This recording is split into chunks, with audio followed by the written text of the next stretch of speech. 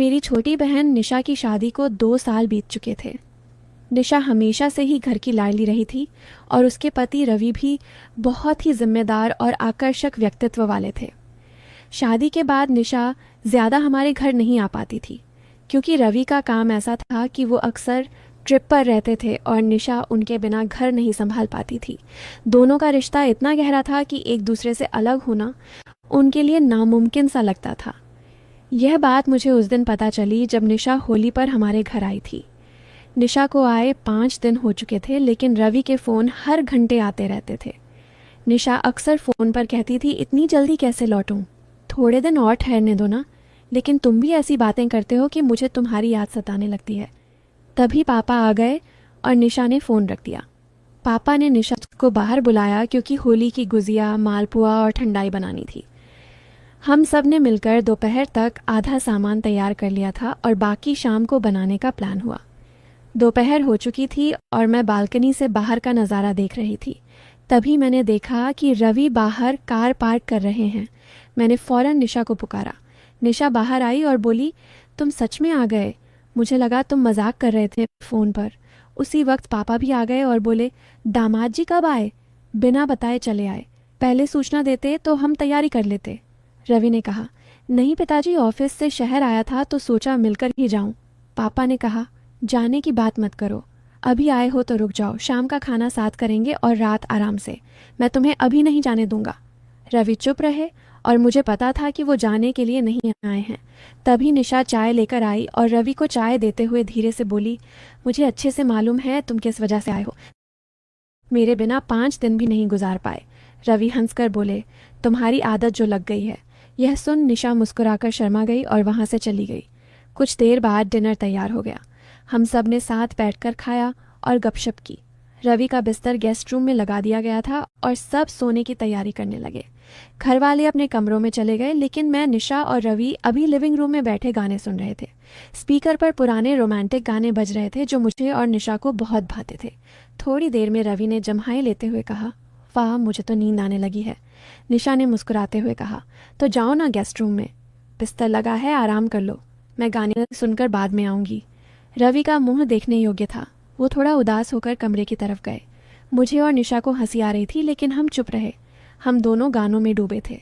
कुछ समय बाद निशा ने मुझसे कहा, बड़ी मुझे भी नींद लग रही है, मैं सोने जा रही हूँ। मैंने कहा, निशा, अगर तुम चली गई तो मुझे अकेले अच्छा नहीं लगेगा। तुम जानती हो ना, रात में अकेले बोर हो जाती हूँ। निशा रुक गई और बोली, ठीक है, थोड़ा और रुकती हूँ। उसी समय रवि ने कमरे से आवाज़ दी, निशा, मुझे ठंड लग रही है, कंबल चाहिए। निशा ने कहा, रुको बड़ी, मैं रवि को कंबल देकर आती हूँ। मैंने कहा, ठीक है, लेकिन जल्दी लौटना। निशा नेरिया अलमारी से कंबल लेकर रवि के कमरे में गई। मैं सोच रही थी अभी आएगी, लेकिन 10 मिनट गुजर गए और घर में सन्नाटा था।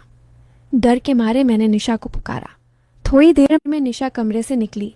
उसकी सलवार थोड़ी उलझी हुई थी, बाल सांवरे थे और सांसें तेज चल रही थीं। मैंने चिंता से पूछा, निशा, इतनी देर क्यों लगी? मुझे बोर हो रहा था। निशा ने हंसकर कहा, अरे कुछ नहीं, तुम्हारे जीजू को बहुत ठंड लगी थी, इसीलिए कंबल ओढ़ाने में वक्त लग गया। तभी रवि कमरे से निकले और बोले, अरे मेरा वॉलेट कहीं गिर गया है, क्या तुम ढूंढ दोगी? निशा ने कहा, ठीक है, देखती हूँ, तुम यहीं रहो।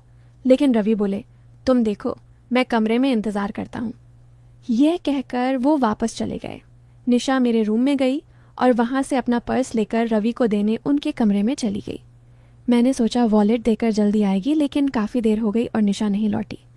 मैंने फिर से निशा को आवाज़ दी, लेकिन कोई उत्तर नहीं। मैं समझ गई शायद निशा वॉलेट ढूंढने में लगी होगी। थोड़ा असहज भी लग रहा था, इसलिए मैंने स्पीकर बंद किया और अपने रूम में सोने चली गई। लेकिन नींद नहीं आ रही थी। बिस्तर पर लेटकर मैं किताब पढ़ने लगी। 1 घंटे बाद किताब ख़त्म हो गई। अब मैं इधर उधर कुछ करने लगी, लेकिन याद आया कि मेरा चश्मा तो निशा ले गई है। अब मैं दुविधा में थी, क्या चश्मा लेने जाऊं या नहीं? नींद नहीं आ रही थी और समय कट नहीं रहा था। मैंने सोचा शायद अब वो सो गए होंगे। मन में विचार आया कि आजकल के लोग कितनी जल्दी थक जाते हैं, लेकिन कुछ रिश्ते ऐसे होते हैं जहां अलगाव मुश्किल लगता है। मैं सोचने लगी कि एक बार जाकर देख लूं कि रवि सोए हैं या नहीं, लेकिन यह ख्याल मन में घूम रहा था कि कमरे में जाना ठीक होगा या नहीं। मुझे असमंजस हो रहा था और अकेलापन सता रहा था। आखिर मैं चश्मा लेने के लिए निशा और रवि के कमरे की ओर चली। जैसे ही दरवाजे पर पहुंची वो अंदर से लॉक था। खिड़की भी बंद थी, लेकिन कमरे से हल्की सी रोशनी बाहर आ रही थी जो पर्दे से झांक रही थी। मैंने सोचा जाग रहे होंगे। कुछ पल रुकी, फिर निशा को पुकारा। पहली बार कोई जवाब नहीं, दूसरी बार फिर पुकारा। तब निशा की आवाज़ आई। क्या हुआ? इस वक्त क्यों डिस्टर्ब कर रही है? मैंने कहा, निशा वो मेरा चश्मा अंदर रह गया है, किताब पढ़नी है। रवि सो गए हों तो चश्मा दे दो। निशा ने थोड़ी झुंझलाई आवाज़ में कहा, अरे नहीं, सोए हैं। तुम्हारे जीजू को नींद आने में टाइम लगता है। अभी तो बातें चल रही हैं, तुम जाकर आराम करो, डिस्टर्ब मत करो।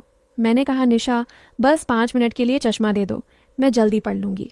निशा ने कहा, ठीक है, ले आती हूँ, तू अपने रूम में जा। मैं अपने कमरे लौट आई। कुछ देर बाद निशा चश्मा लेकर आई और बोली, ले तेरा चश्मा, अब डिस्टर्ब मत कर। जैसे ही मैंने चश्मा लिया मेरी नज़र निशा पर पड़ी। मैंने आश्चर्य से पूछा, निशा तुमने ये क्या पहना है? ये तो रवि की टी शर्ट है, तुम तो सूट में थी ना। निशा ने शर्माते हुए कहा, चुप रह, मैं जा रही हूँ। यह कहकर निशा वापस कमरे में चली गई। मैंने चश्मा लगाकर किताब पढ़ना शुरू किया। सिर्फ 20 मिनट में मुझे नींद आने लगी। मैंने सोचा चलो अब चश्मा वापस रखाती हूँ, अगर निशा सो रही होंगी तो मैं खुद रख दूंगी। मैं चश्मा लेकर निशा और रवि के कमरे की ओर गई। इस बार दरवाज़ा हल्का सा खुला था। शायद निशा जल्दबाजी में बंद भूल गई होंगी। जैसे ही मैंने दरवाज़ा धकेला और अंदर झांका, मेरे सामने वैसा दृश्य था जो मैंने कभी कल्पना नहीं की थी। मेरी सांसें थम गईं। मैंने बड़ी भूल कर दी थी। मुझे अंदर आने से पहले आवाज़ लगानी चाहिए थी। मैं ये कैसे भूल सकती थी कि ये पति पत्नी हैं। मुझे उन दोनों को देखकर गहरी लज्जा महसूस हो रही थी, लेकिन निशा और रवि को इसकी भनक भी नहीं थी कि मैं दरवाजे पर हूँ और उन्हें देख रही हूँ। उसके बाद जो हुआ उसे जानकर आप इतने हैरान हो जाएंगे कि आपको एक बड़ा झटका लगेगा। कहानी का अगला भाग जानने के लिए तैयार रहिए। अगर आपको ये पहला हिस्सा अच्छा लगा तो हमें कमेंट्स में ज़रूर बताएं। कहानी के दूसरे भाग को जल्द ही लाने की कोशिश करूँगी। बस एक लाइक कर दीजिए और मेरा काम है कहानी का अगला हिस्सा आप तक पहुँचाना। वीडियो पर 1000 लाइक्स होते ही पार्ट 2 आ जाएगा। तब तक